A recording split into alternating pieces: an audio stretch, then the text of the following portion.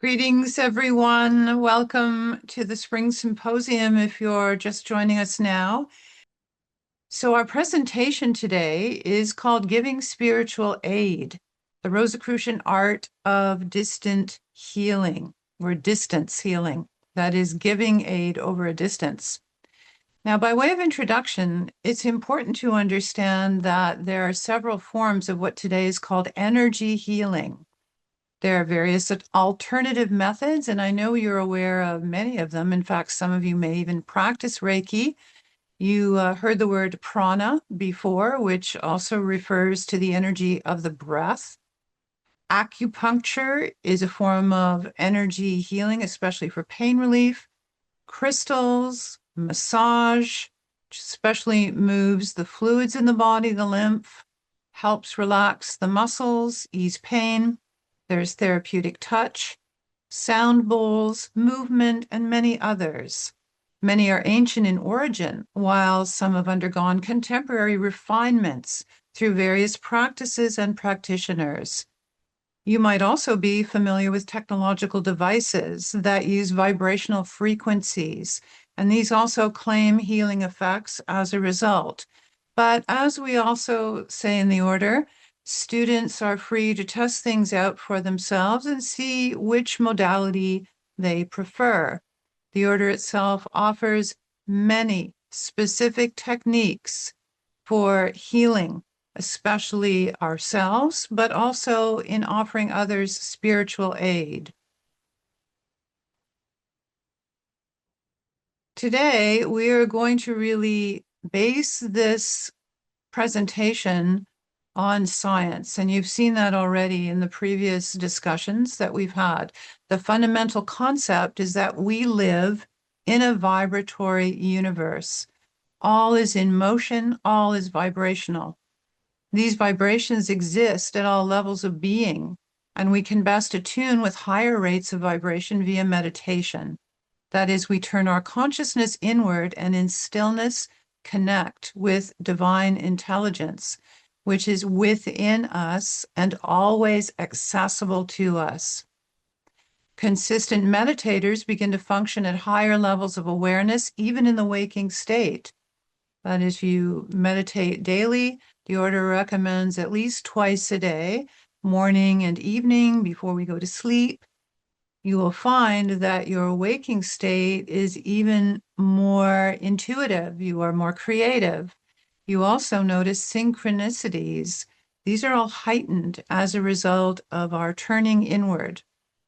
When we perform energy healing for others, we experience karmic and psychic benefits ourselves. And I really want to emphasize that point, especially about psychic benefits. There are many students who begin studying in the order, and they're really amazed at how well they can perform with some of the psychic exercises and the tuning in that we can do. And there are many exercises that we're given actually in the weekly study lessons called monographs. We're given one that this is all online right now, that you can do once a week, and you have several exercises that you are encouraged to perform. But I must say, when I first joined the order, which is now, and I'm getting on in age, over 50 years ago,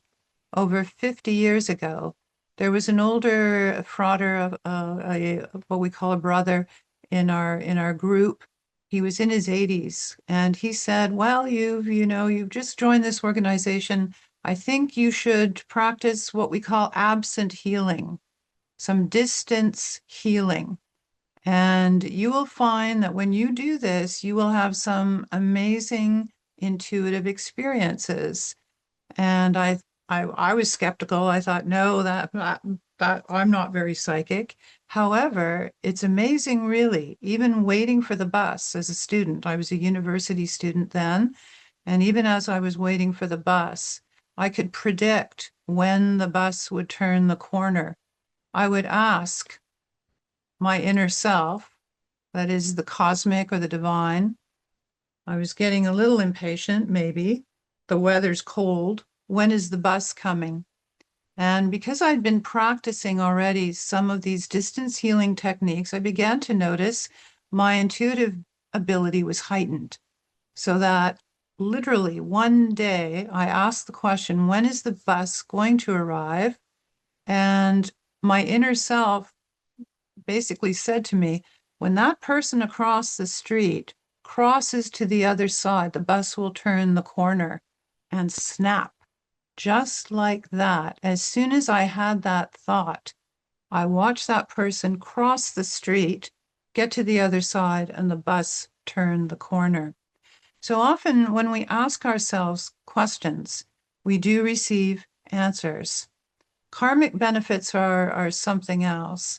And although we perform distance healing, we don't do this for any kind of personal reward, although rewards will automatically come to us.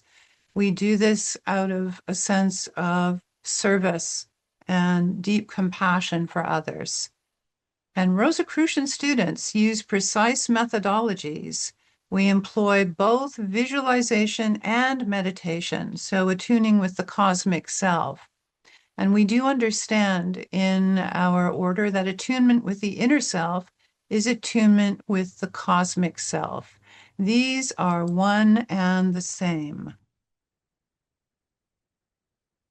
This is a photograph many of you will recognize, Harvey Spencer Lewis. He created a booklet in the 1930s of about 12 pages in length that presented the concept of sending metaphysical aid, which we also call distance healing, to those in need.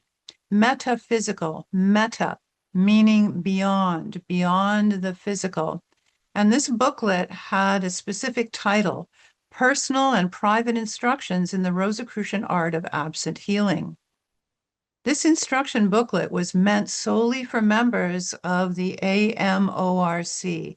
You heard others refer to the AMORC, as we sometimes pronounce this seemingly unusual word, but it's really a short form for Ancient Mystical Order Rosicrucius, and that's Latin.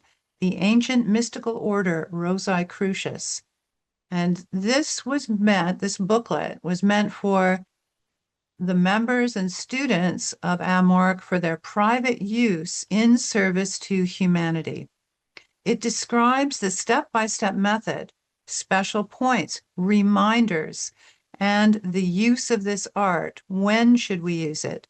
These instructions are now part of the Order's monograph system of study, although I'm sure that you can still find old copies with that title, The Personal and Private Instructions in the Rosicrucian Art of Absent Healing, on some personal bookshelves, also in other people's collections. You might even see it for sale. However, you shouldn't spend large sums of money on these kinds of things. I would suggest that you not do that because it's part of our lessons. Now, a little bit more about Harvey Spencer Lewis. He was a prolific writer and an inspired mystic.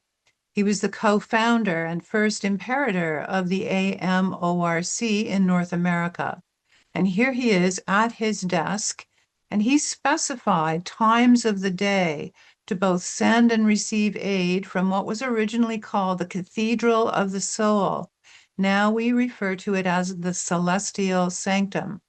And the instructions can be found in the booklet Liber 777, which outlines this process. And I'll be talking to you more about how you can access that booklet and how you can hear a podcast or recording, even if you don't necessarily wish to become a student of our organization.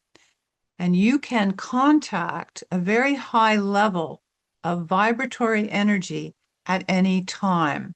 He specified certain times of the day, but this energy is accessible to us at any time of the day or night. We also have very specific instructions in the 6th temple degree of our organization. And this is an old cover of a monograph from the 6th portal. Also says in fine print down there, initiation brings into the realm of reason the purpose and into the realm of emotion the spirit of one's introduction into the mysteries.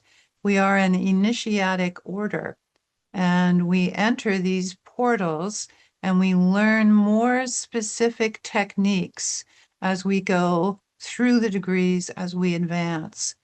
Now, the 6th degree also gives some instructions on metaphysical aid. However, very early in our lessons, the very beginning lessons, when you first take up the studies, we are introduced to various techniques that assist the natural healing capacity of our bodies. We heal automatically. Our body is designed to heal itself, again, at any age. The 6th temple degree offers precise instructions regarding self-healing and the treatment of others. Now, some of these involve contact healing. However, as the booklet that I mentioned previously by H. Spencer Lewis, it has a warning. Never attempt any contact treatments where you would necessarily have to touch the patient's body if you have not yet reached the 6th degree, or if you are not a licensed professional. In any case, always ask permission. Absent healing means just that, to give treatments at a distance without being in the presence of the recipient. And I don't mean by calling them on the phone or writing an email or whatever. This is purely a metaphysical means.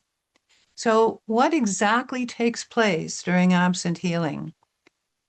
Now, here's a quotation, and it goes on for a couple of points here on the slide, but we'll start it off here. Worldwide, there is a common denominator running through the various forms of metaphysical healing practices. And I mentioned a few options in the introduction, but there is a common denominator. What do you think that is? Well, in all successful systems, the healer slips into a state in which he or she is in contact with a healing spirit or force and is therefore in attunement with the cosmic mind. And I'll be speaking a little bit more about the person who made this statement, George Belitza. He was a PhD. He worked for the order. And this quote is in a paper that he wrote, which was originally published in the Rosicrucian Digest when Frater Belitza was doing most of his research. It was republished in our digest, Radiant Health, in 2019, and you can find those exact words on page 24. Please understand that the healer is acting as a channel for cosmic intelligence and thus is not the source of the treatment. Anyone who says, well, I healed this person, that's false. That's just not what we're talking about. We're talking about the healer as a channel, as a conduit for cosmic intelligence. You are not the source of the treatment. You are simply allowing yourself to act as a channel to direct those energies. The recipient is performing the healing according to his or her capacity. The recipient also benefits from being in a receptive state. Therefore, treatments are more effective if the recipient is aware of being treated. So receptivity is important for both the giver and the receiver. However, successful aid can also be given to those unaware of being treated. If there's someone who is in need and is perhaps not conscious, then you cannot ask permission. Or there might be a large group of people far away in another country or another state or another province or another city, and you can just perform the treatment knowing that that person or that group or even that country is in need. Now, here are some reminders about giving distance aid. Do not tell the cosmic intelligence how to accomplish its task. You are a channel. You are not someone who's diagnosing. You are not a diagnostician, nor are you a judge. Cosmic law fulfills according to the needs of the recipient. Note that cosmic law fulfills impersonally. Now, let's talk about some of the bits of advice also that were given in the booklet. You should be in relatively good health yourself, but even if you're not, you can still perform this technique. So, first of all, you would sit where you can be quiet and alone. Next, place yourself in a state of receptivity. Think of the patient who needs help, the person who needs help, and the cosmic intelligence. As H. Spencer Lewis tells us, hold only these two thoughts in mind, the patient and the cosmic. Saying the name mentally or aloud is sufficient. But you should also know that if you don't know the name, it also works. If you have only a first name, that also works. You can perform this type of aid when you hear an ambulance passing. And that's what I would do when I was a student at university waiting for the bus. I'd hear an ambulance and I would immediately use the technique from the booklet that was given to me by my friend George Wallace, who is then a longtime member of the Rosicrucian order. And it suggested that when you hear an ambulance passing, put yourself in a state of receptivity and send aid to the patient, but also to those who are assisting. So see the person experiencing well-being surrounded by light and love. Cosmic aid can also be directed at those assisting. So send that if you're thinking about an ambulance that's going by, even though you don't know who's in it or you don't know the paramedics, that doesn't matter. Send cosmic aid to that patient and also to the paramedics. There is no, and maybe the driver too. So there is no need to visualize the patient in detail. You will not take on the suffering of the recipient. And I think some people who don't understand this technique probably have a little bit of fear, especially when they deal with anything having to do with psychic intelligence or metaphysical healing. They worry about that. Don't worry. You will not take on the suffering of the recipient unless you yourself have some kind of, emotional difficulties, where we then suggest that people gain or have some therapy regarding that themselves. Mystical work is not easy. It's simple. It's not easy because it takes focused thinking. It also requires that we have some ability to tame our thoughts and that we quiet down those negative thoughts as they appear. If you have a passing thought that way, notice that you're having it and let it go, and then focus on what you're supposed to be doing. Remember, you will not take on the suffering of the recipient. So as we've been doing in previous exercises, take a deep breath, hold it, release. And I know that some speakers say that we should exhale through the mouth. Also, I've done a presentation on breathing, and it is also recommended that you can exhale through the nose. So nostril breathing is also a very powerful way of releasing energy, especially if you're in an enclosed environment where there are a lot of other people, especially sitting near you. It's better to perform nostril breathing. So you can exhale either through the nose or through the mouth. And always, once you've released your visualization, close by offering a brief prayer in gratitude for the opportunity to be of service. And you would end with the words, "So mote it be." Now, here are some additional notes on metaphysical healing given by Harold P. Stevens. And I found this lovely little photograph. It's not quite in focus, but I think you can make out the faces and maybe even recognize some of the people in this image. It's from 1964.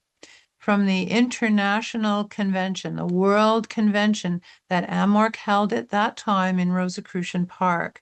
From the left, we have Grand Counselor Francis Holland for Southern California. In the middle is Grand Counselor Harold P. Stevens.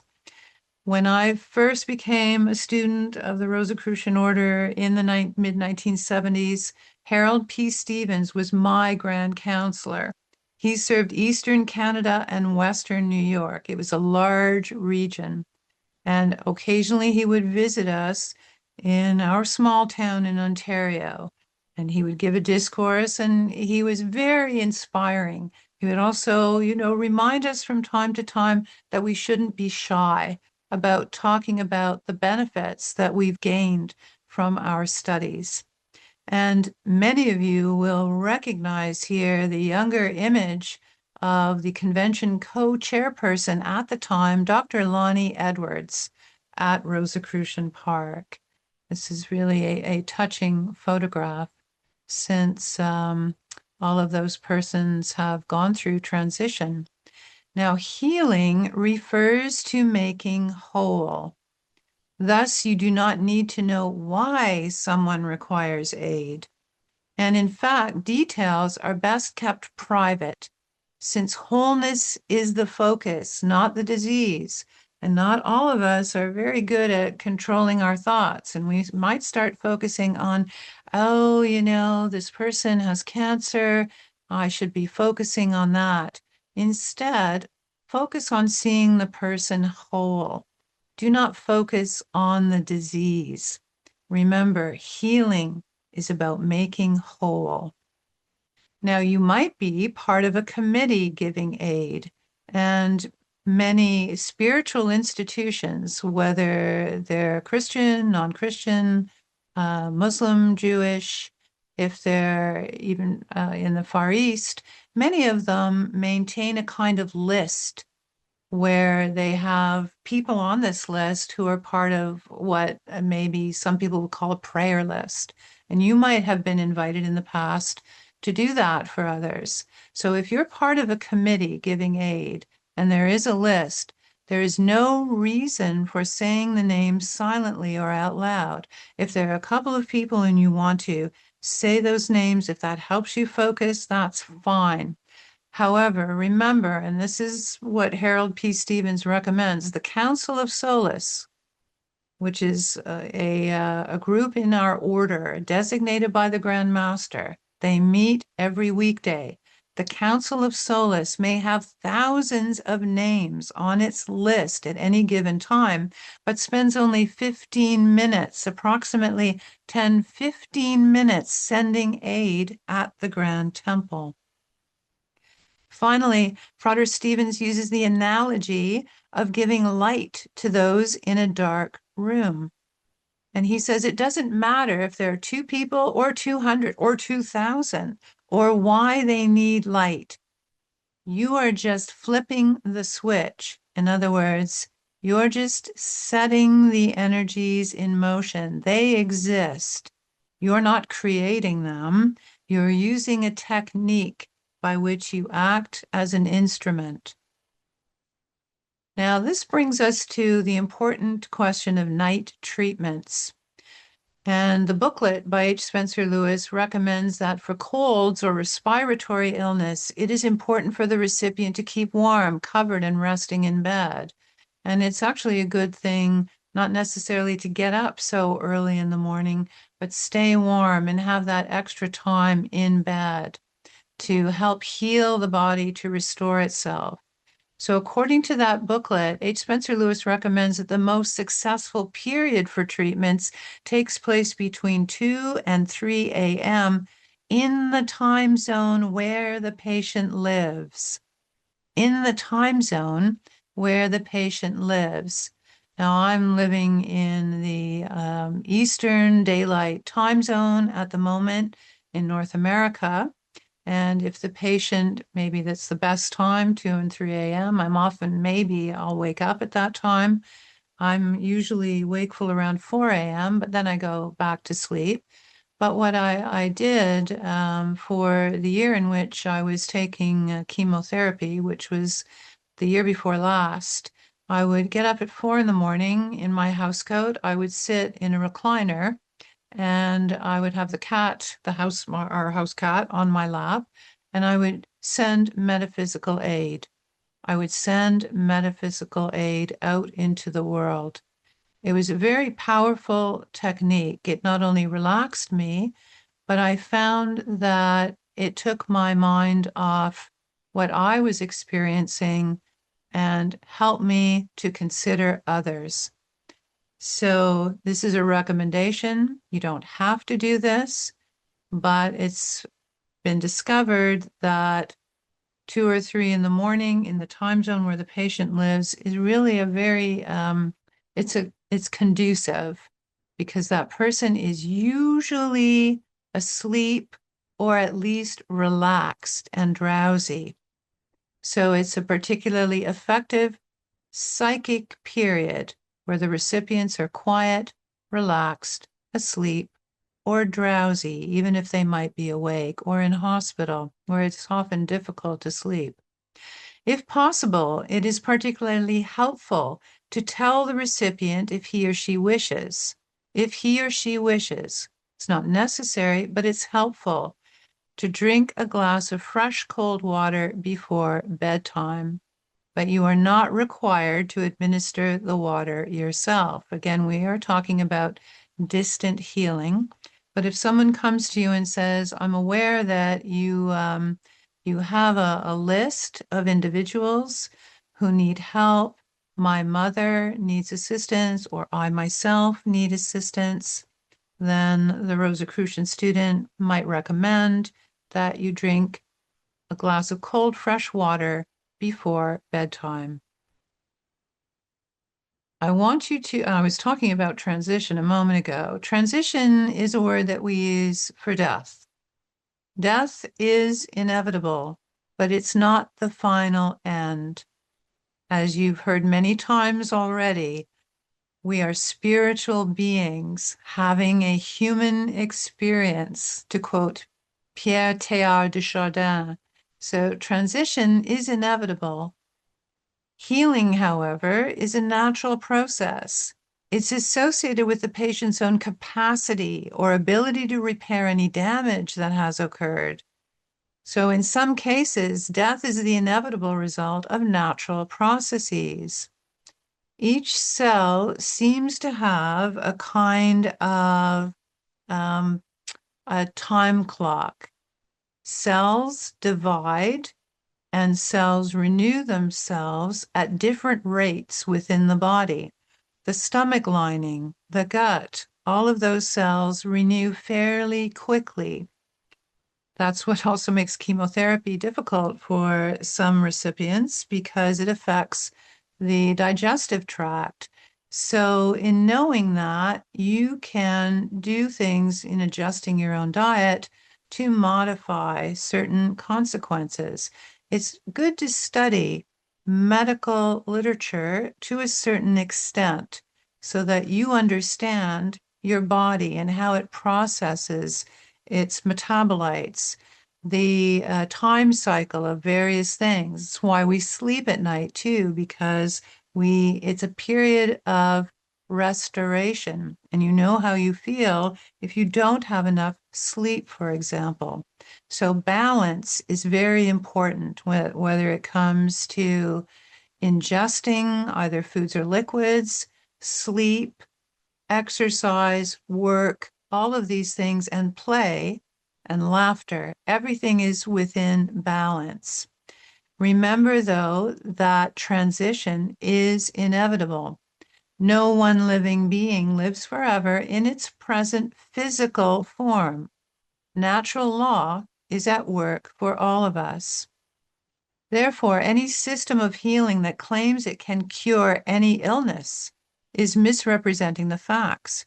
In other words, that perfect health can always be maintained.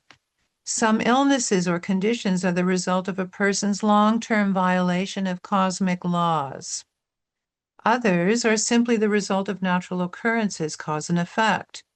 That doesn't mean that we act as a judge or we tell people, maybe you should quit smoking. I'm not a doctor. I'm not going to make any recommendations. Sometimes if we say to people, maybe you should change your diet in this way, or maybe you should stop doing that, you'll get resistance. There's that light bulb, light bulb joke, and I'm sure you've all heard it. How many psychiatrists does it take to change a light bulb?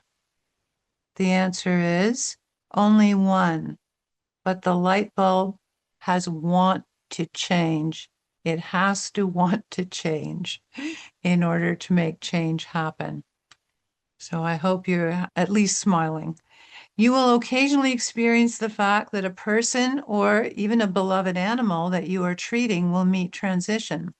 And I have to confess that my very first patient, my very first client, as it is, for metaphysical healing, when I first learned about absent healing, my very first one was my pet dog.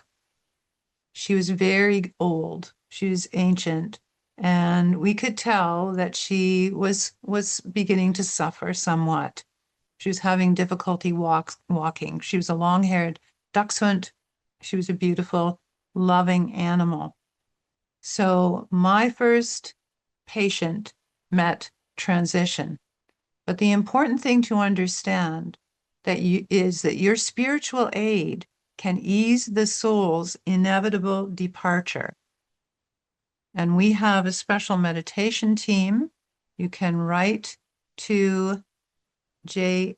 Scott at Rosicrucian.org, our Grand Master, and ask to be on that special meditation team for transition and for birth. It's a very important service that you can perform. And when that is needed for either a Rosicrucian or a member of the family, and there's a transition or especially a birth coming on, you can receive spiritual aid. Here's the booklet, what it looked like in the past. It had a very plain cover, and I'll remind you of the title again, Personal and Private Instructions in the Rosicrucian Art of Absent Healing. This is a very important reminder underneath that image. Your work is a supplement. Your work as a distance healer is a supplement to what the patient is already receiving, nor should it be necessarily the sole treatment. Illness, remember, is not punishment. If someone is violating cosmic law, then karmic consequences will ensue as a means of learning. And it's not necessarily up to us to point those things out. We're here to assist in a humanitarian capacity, not as someone who's going to lecture or dictate to others what they should be doing. Offering and giving spiritual aid is a form of AMRA. And the Grand Master's question and answer period, occasionally someone will ask, what is the meaning of AMRA? It's a special term in our order that refers to reciprocal thanks. Reciprocal thanks. That is, you are offering yourself as a channel for the constructive forces of the cosmic as a form of gratitude. And as you do so, cosmic blessings will indeed follow for you and the recipient. Never criticize other systems of healing or criticize forms of treatment received by a patient, especially if you are not qualified. Never prescribe anything, food, drink, drugs, unless you are a licensed physician. Never suggest the discontinuance of any other form of treatment, especially by a licensed physician or pharmacist. Many persons delay seeing a doctor or other professional, ending in serious consequences.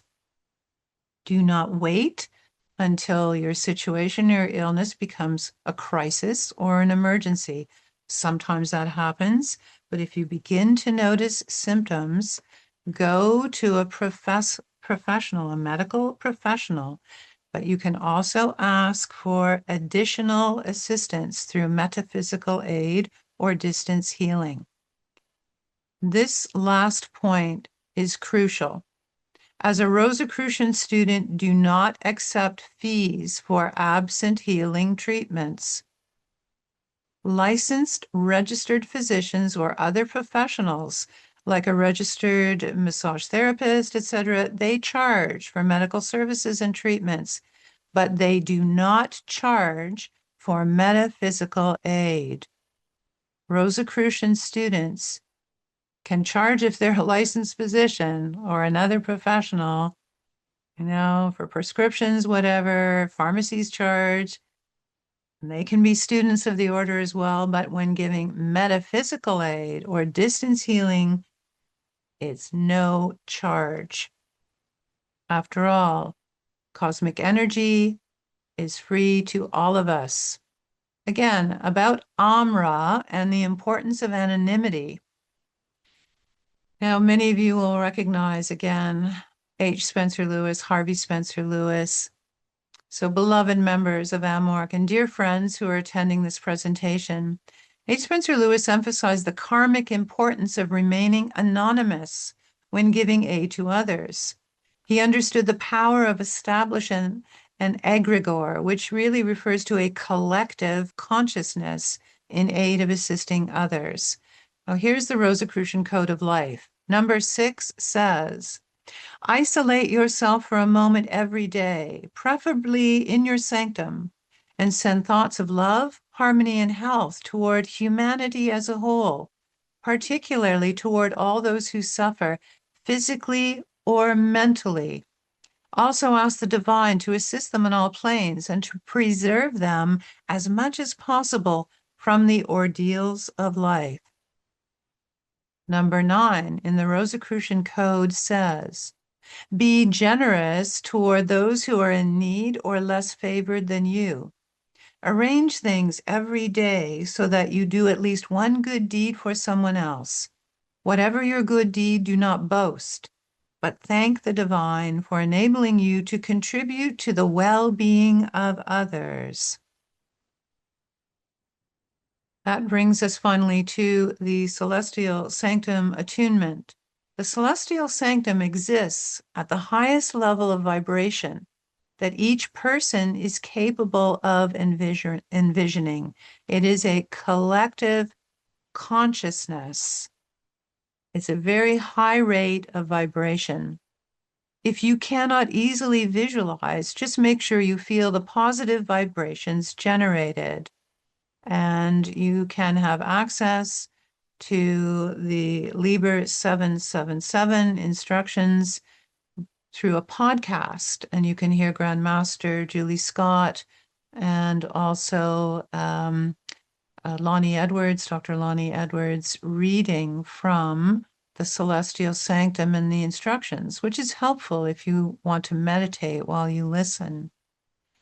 All postulants, that refers to those who are just beginning, the beginning students who enter the portals of our order.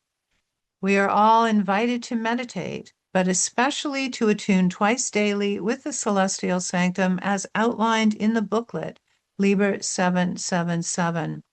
The original instructions were written under the direction of H. Spencer Lewis by Frater Charles Dana Dean in 1939.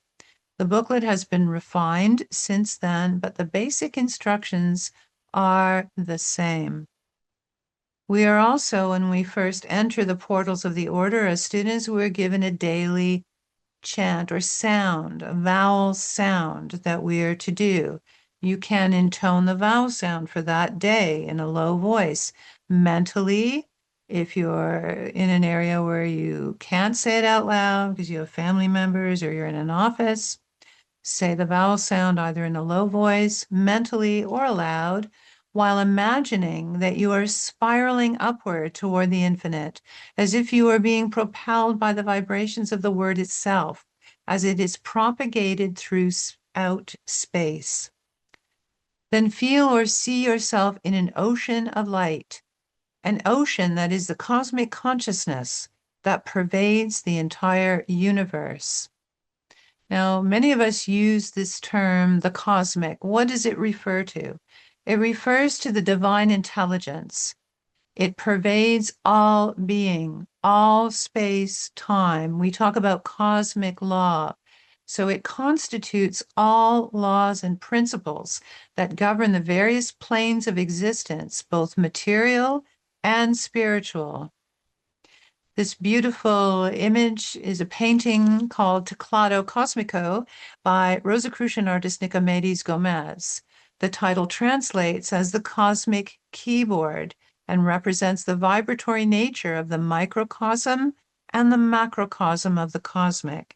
So going back to the introduction, if we think about the fact that we're swimming in an ocean of vibration, the ability to send metaphysical healing becomes quite clear to us that it is possible to do so. So during attunement, you may either focus on a specific purpose, if you're attuning with the celestial sanctum, such as a healing treatment for yourself.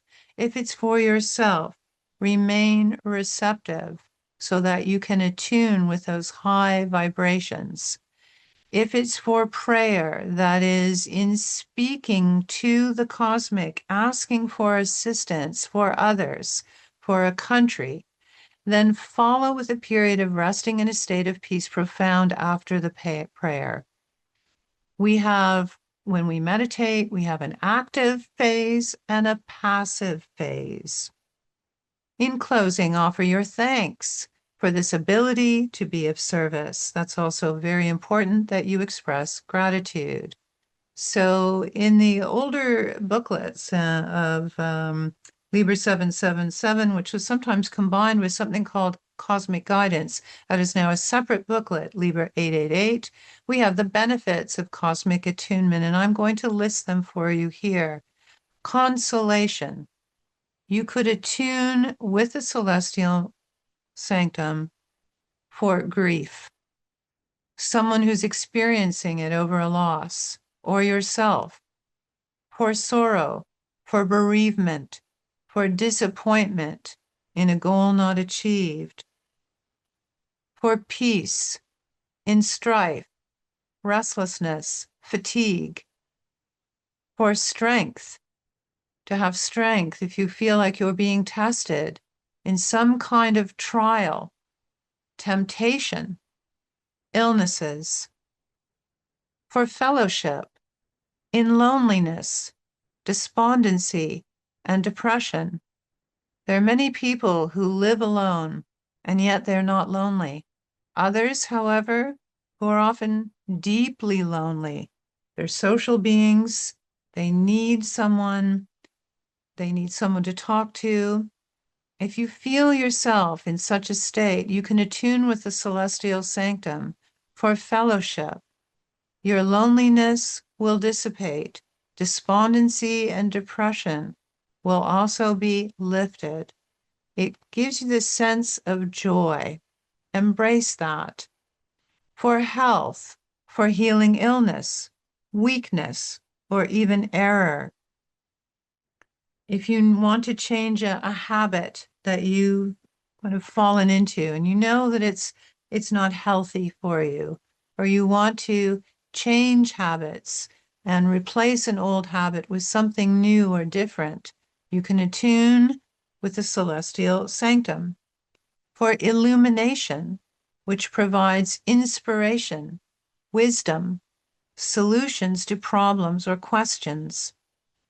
For prayer, for attunement with cosmic intelligence, cosmic consciousness, and cosmic guidance. Now, in talking about attuning with the celestial sanctum, because basically that's what you're doing also when you're giving metaphysical aid or absent healing, you can work with the silent council and the council of Solace. If you feel the need for yourself or for others, you can be placed on that healing list, and you can email council@rosicrucian.org and ask for assistance. All we need is a name. We don't even need the details of what the problem is. Just a name will do. And here's the cover of Liber 888. You can find it again through the members portal at www.rosicrucian.org. It's part of what's given to every student when they first become a member of the order. This publication is given to us. It stresses that when we do this work, we are working impersonally for the good of others, anonymously for the good of others. So, to explain again, the Council of Solace is a group of Rosicrucians designated by the Grand Master who take part in a special period of meditation Monday to Friday from 12:05 to 12:20 p.m. Pacific time. So, in my time zone, that's 3:05 p.m. to 3:20 p.m. in my time zone. But in California time, it's at noon for about 15 minutes in the Grand Temple at Rosicrucian Park. And they do this special meditation to assist petitioners. Spiritual energies are set in motion and reactivated daily so that you may attune any time, day or night, because this list is re-energized and the energies are again put in motion. The Silent Council consists of members around the world who also take part in this work from home. You don't have to travel to Rosicrucian Park. You can do this from the privacy of your own home or for any time and place that's convenient to you. And again, you can hear this about this process on the Rosicrucian podcast, Liber 888, and I believe it's the voice of Dr. Lonnie Edwards, whereas Liber 777 is the voice of our Grandmaster, Julie Scott. So Liber 888 asks that you also take part in this activity using the instructions from Liber 77 by raising yourself to the level of the celestial sanctum. Now, just before we end, I want to talk to you very briefly. Again, I mentioned George Belitza earlier. He's a PhD. He was born in 1925, the same year as my mom, and he passed through transition in 1997. He was an active participant, a researcher, instructor, and writer for AMRA. Many of his articles were published under the MindQuest heading during the late 1970s and 80s. You can read about this experiment I'm going to show you in the Rosicrucian Digest, again, Radiant Health, which was the second publication in 2019, pages 24 to 26. And you can find it online on our main website. At the top, you'll see certain words. Click on texts. The menu will scroll down, and then you can find this particular digest. And open up the Rosicrucian Digest, look for the one Radiant Health, number 2, 2019, and you can find this same experiment and read it more carefully. So there was a subject whose index fingers were hooked up to a recording voltmeter. He initially registered minus 16 millivolts on this voltmeter.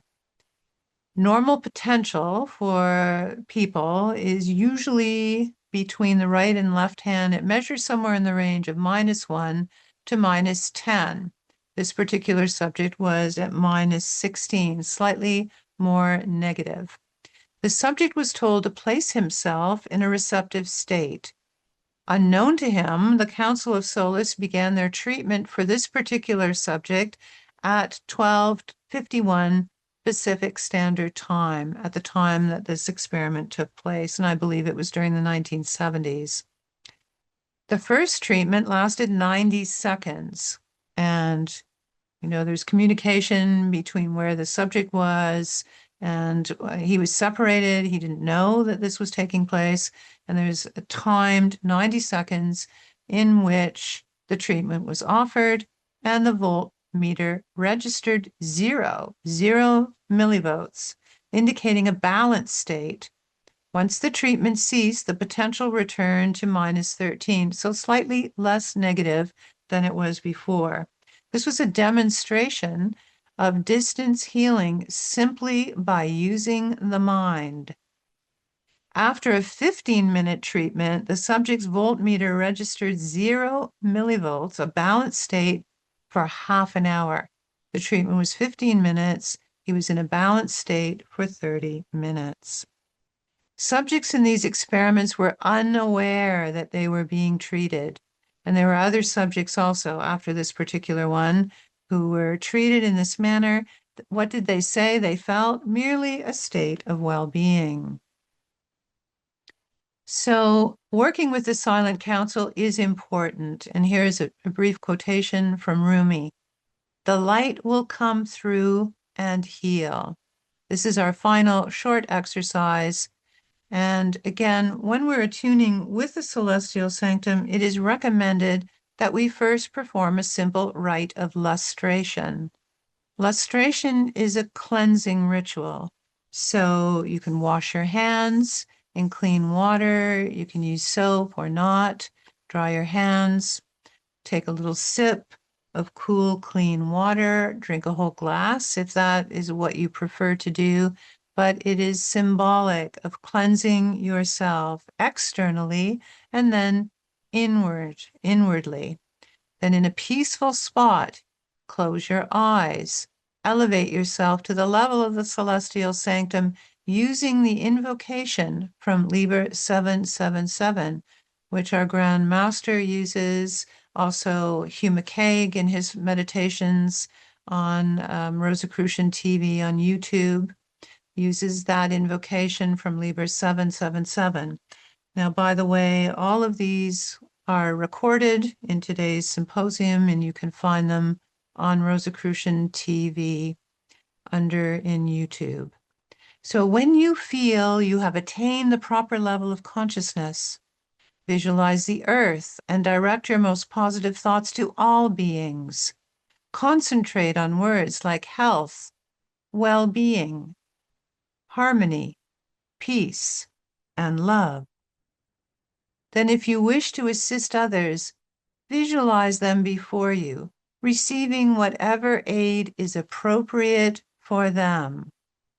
Whatever aid is appropriate for them.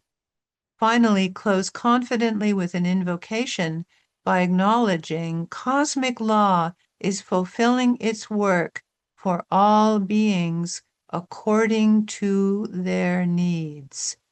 Then place yourself in a state of receptivity for a few more minutes. So now we will perform briefly a meditation, and we will start with this invocation.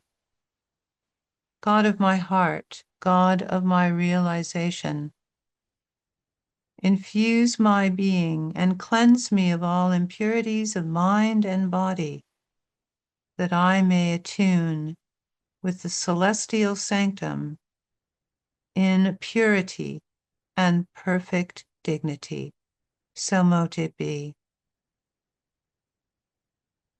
Now take a deep breath with your eyes closed, holding through the nose, then exhaling slowly. And as you exhale, take a deeper seat within yourself, feeling more and more relaxed. Now visualize the earth. Visualize the earth as if you are out in space, watching it as a beautiful blue sphere turning slowly in space. See it surrounded by a luminous aura.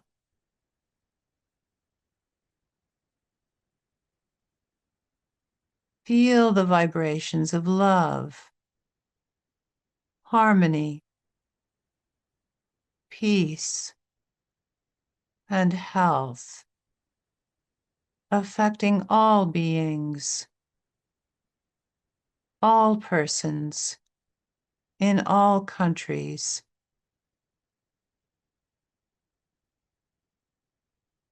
See them receiving spiritual aid according to their needs.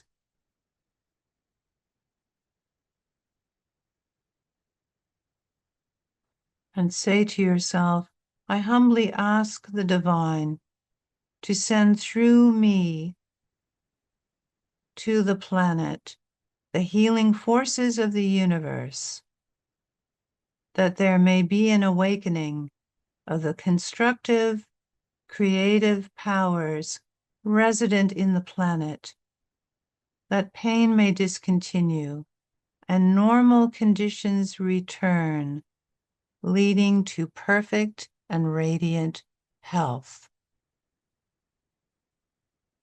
So mote it be. Now, frauders and sorors, friends, open your eyes. I want to say goodbye to all of you. Thank you so much for attending the Spring Symposium, and we wish you always peace, profound, and radiant health.